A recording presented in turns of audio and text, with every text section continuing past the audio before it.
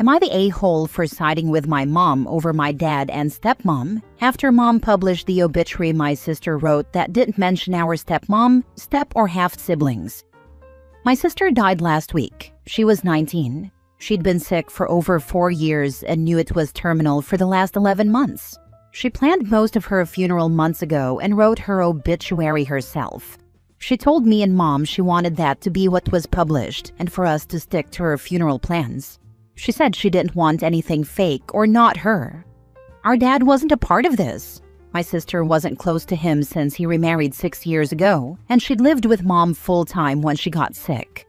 Dad still saw her, but their relationship wasn't good. She hadn't seen our stepmom in over 3 years, nor our step-siblings, who are our stepmom's kids from before she married dad, or our half-siblings from dad and stepmom. In her obituary, she didn't mention them, just mom, dad, me, our grandparents, our aunts and uncle, and a few cousins. That's the obituary we published, and my dad and stepmom were furious. They told mom she should have added to it when she knew my sister had left them out. Dad tried to order her to submit a change, but mom said no. Dad tried to do it himself, but he was told he'd need to publish a different one. Dad wanted me to convince mom, but I stood with her in saying no. My sister didn't want them mentioned, and it was her obituary. She wrote what was published, and I feel like that was the right thing to do. I don't think my mom did anything wrong. The funeral was incredibly awkward because of the tension. My sister hadn't wanted our stepmom, step-siblings, her half-siblings to be seated with a family. In the end, my stepmom and her kids stayed home, and dad sat with me and mom at the service. When it was over, my sister's best friend gave each of us a letter from her. The timing was, again, what my sister had wanted. My dad's letter set him off even more, and he was angry at mom and then at me for taking her side over theirs. Am I the a-hole? Now for the top comments. Not the a-hole. Y'all are just following your sister's last wishes. Your dad can kick rocks. Whatever the reasons for their rocky relationship, it's far too late for him to be trying to play happy family now. Yeah, he sounds super selfish. My brother-in-law just died really suddenly and tragically. The funeral is in 3 days, and my mother, who didn't know him well, is milking the tragedy on Facebook. It's gross. So I see where you're coming from, Opie, but not the a-hole. Your father is being selfish and disrespecting your sister's last wishes. He can buzz right off.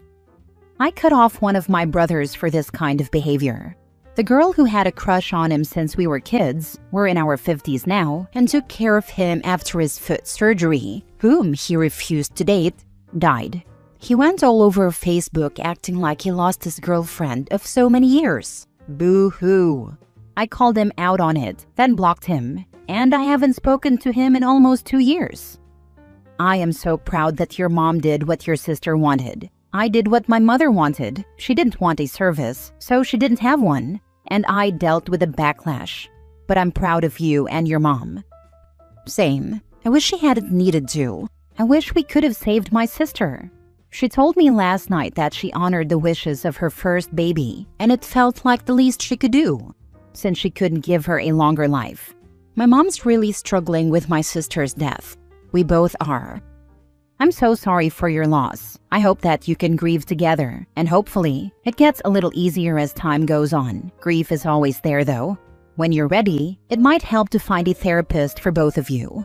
Please also know that you didn't do anything wrong by honoring her wishes. Your dad is also grieving in his own way, which might involve some guilt. His current wife just sounds like a see you next Tuesday. I think planning her funeral and obituary likely brought some comfort to your sister. So by following her wishes, you have all respected and completed the grieving process she began for her life. Next story. Am I the a-hole for refusing to play happy family with my former bully, who is now my dad's fiancé? I, 24 female, had a rough time in middle and high school because of a girl named Sophie, 28 female. She wasn't just casually mean, she made my life miserable for years. She spread rumors about me, made fun of my appearance, and turned people against me. I developed severe anxiety, and it took years of therapy to rebuild my confidence. Fast forward to last year, my dad, 51 male, told me he was dating someone serious and wanted me to meet her. I showed up to dinner and my stomach dropped. It was Sophie. At first, I thought she didn't recognize me, but then she smiled awkwardly and said, "Wow, long time no see." Later that night, my dad asked why I was so quiet. When I told him what Sophie had done to me growing up, he was shocked. He said she had never mentioned knowing me. When he brought it up to her, she texted me a short, "Hey, I'm sorry if I was ever mean to you. I was young and stupid." That was it. I told my dad I wanted nothing to do with her. He said people change and that I should give her a chance. I refused, so he stopped bringing her around when I visited. That was fine until last month when he announced they were engaged. Now he's pushing me to come to the wedding, saying I need to move on and not hold a grudge over childhood drama. Sophie hasn't tried to have a real conversation with me. She acts like nothing ever happened, which makes it so much worse. My dad thinks I should be able to let go since it was years ago. But to me, being bullied isn't just something you get over because enough time has passed. Some of my family agrees with me, but others say I'm being petty and should at least try to be civil for my dad's sake. So, am I the a-hole for refusing to accept her as family? Oh, hell no. I'd be going no contact with your dad. I can't believe he even continued to date her after you informed him she was your bully. Not the a-hole. I'd write a detailed list of everything, and I mean everything she did to you. I'd then send that list to all your family members with a copy of the half-assed apology. I'd then say that ultimately you're not prepared to accept her in your life, and frankly, if anyone keeps pushing you, I'd reiterate you'll go low contact. Then arrange a separate meeting with your dad alone, and go through everything and confirm he is picking her over you. And that's fine, but he has to accept the consequences of that. Clearly getting his junk wet is more important than his daughter. I love this approach. You need to write a letter spelling out for your dad and your family the horrible abuse this woman put you through and how this has affected you. I'd also be questioning why a 51-year-old is marrying a 28-year-old. Yep, if Sophie won't talk to you, she hasn't told him the extent of the bullying. Write it all down in detail. Make him confront the severity. If he still won't take it seriously, and that isn't something you can tolerate, you have your answer. Not the a-hole. Your dad's pathetic for this, and being with a woman just a few years older than you. Dude, maybe make nice and at the wedding, give a speech and say the things she did and how she just swept it under the rug. Honestly, the fact that she bullied Opie and now wants to play stepmom is already insane. But the dad marrying someone barely older than his own kid? That's next level cringe. Dating someone who literally went to school with your kid is beyond cringe, it's actually disgusting. Next story. Am I the a-hole for telling my stepmom and dad stop having so many kids? I, female 17, lost my mom when I was 10. Almost immediately after, my dad started dating Christina and married her 6 months later. She was divorced and had 2 boys, who are 1 and 2 years younger than me. They still fight nonstop all the time. Christina wanted a big family, and my dad would never say no to her. She got pregnant with their first baby almost immediately.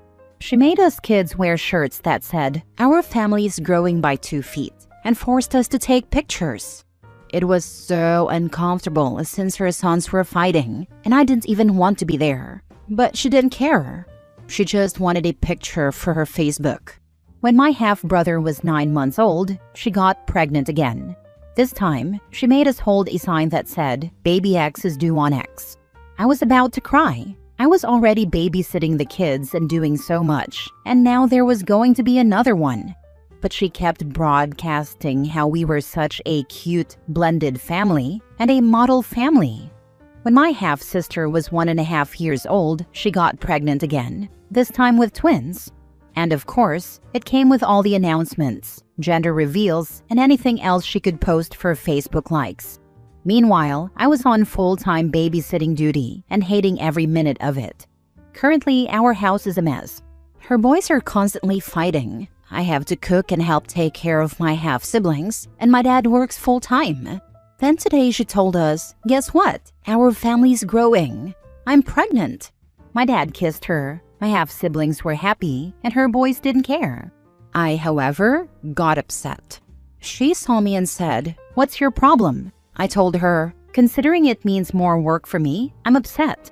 How many more half-siblings are you going to pop out until you get your 1 million likes? I'm so sick of this." She called me a rude brat, and my dad told me I was grounded for insulting her. Last year, I wanted to move in with my grandparents on my mom's side, but Christina screamed and cried to my dad saying, "She can't go. We're family, and we help each other." Am I the a-hole for insulting my stepmom? At this point, I'm determined to leave for my grandparents as soon as I turn 18. I have no friends, no extracurriculars, and no social life because I'm stuck at home helping with her babies. Honestly, I'm not even sure what I'm losing by being grounded. Now for the comments. Don't forget to discreetly gather your important documents before leaving. Birth certificate, social security papers, ID. There are probably lists online of what you need in your country. And any money you can come up with.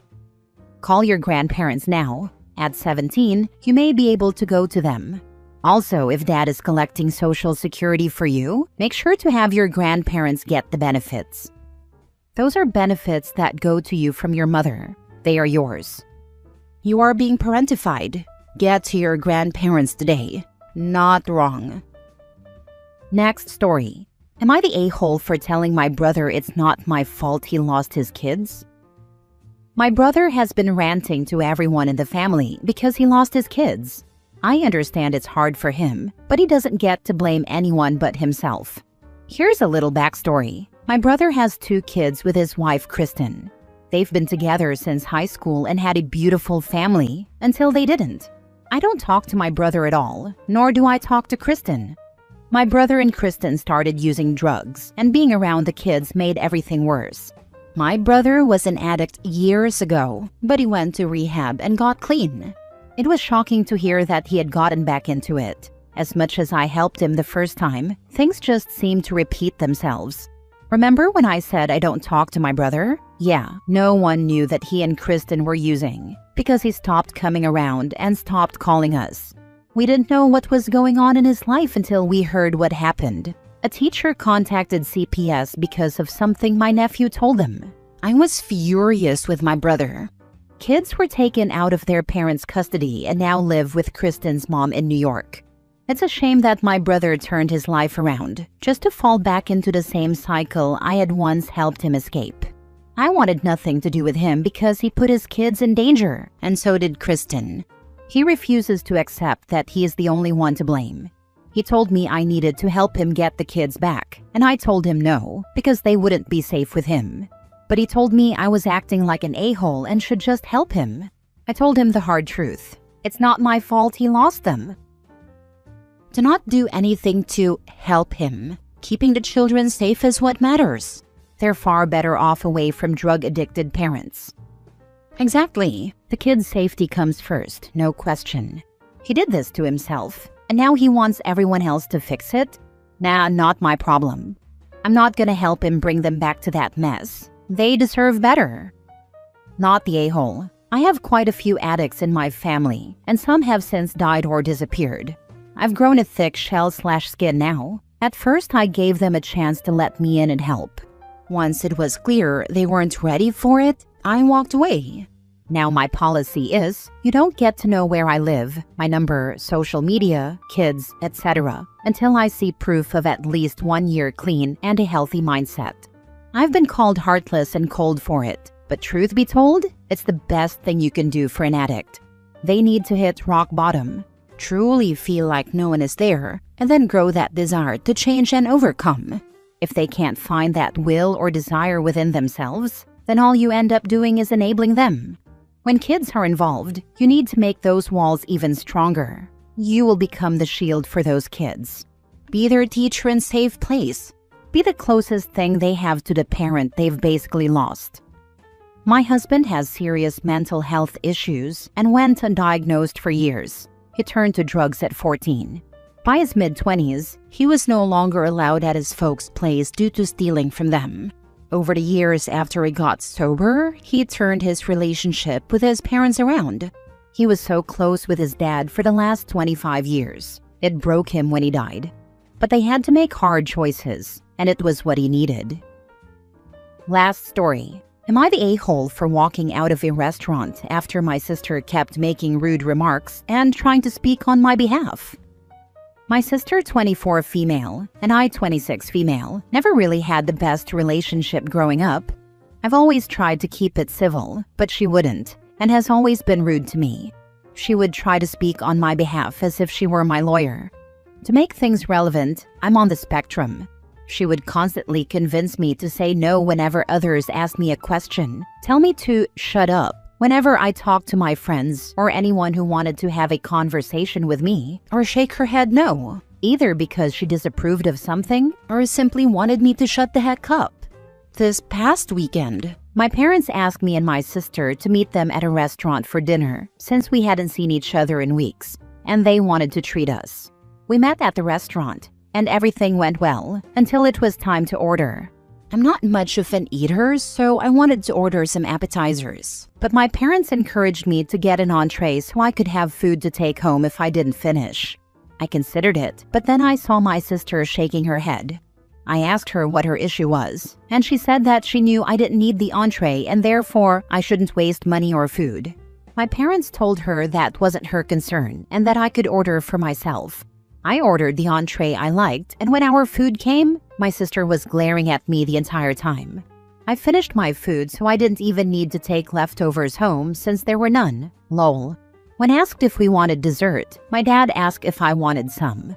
I said I was full, but my dad said he'd like me to take something home, so I ordered a cheesecake. That was when my sister snapped. She called me a spoiled brat for wasting food and our father's money and asked why the heck I needed dessert. My dad told my sister to calm down and said she could get dessert too.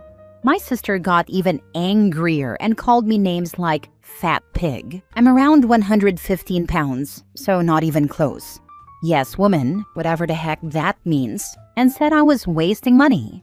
I make my own money, so I don't know what her issue was. I didn't want to be around her, so I got up and left. My parents begged me to stay since we had planned to get coffee somewhere else afterward, but I declined. I couldn't stay if my sister was going to continue acting that way. I even changed my mind about dessert. When I got home, I got a couple of calls from my parents apologizing on my sister's behalf. My mom said I shouldn't have walked out and let my sister get the better of me. She tends to defend my sister a lot, so I told her she needed to wake up and understand that my sister has always tried to control me for reasons I can't understand. Am I the a-hole for walking out? Not the a-hole. Stop attending events if your sister is invited. She's evil, and you don't deserve a devil ruining your day. The next time your parents invite you to dinner, tell them that you'd love to have a meal with the two of them, but you are taking a break from your sister. Tell them she has unknown mental health issues that make her obsessed with you and you need a break from it. Tell them that you hope the break gives her time to get a life and quit worrying about yours. Exactly. Also tell your mom that she didn't get the better of you. You didn't blow up on her or give in to her like she wanted. You removed yourself from a situation you didn't want to be in. Nice, calm, and in control. Suck on that, lil sis. The only way OP is in the wrong is letting this go on for so long. Her sister sounds like a piece of work. Not the a-hole. You were sensible enough to walk out before things got way out of hand. The good thing here is that you know how to handle your sister. Next time she does that, just make a sarcastic comment and move on. Or better yet, give her a taste of her own medicine. Next time, also give your mom a taste of her own medicine by telling her to stand up to every insult that comes out of your dad's or sister's mouth toward her and see how she handles it. Doesn't sound like he did. Sister kept running her mouth and dad never told her to SDFU.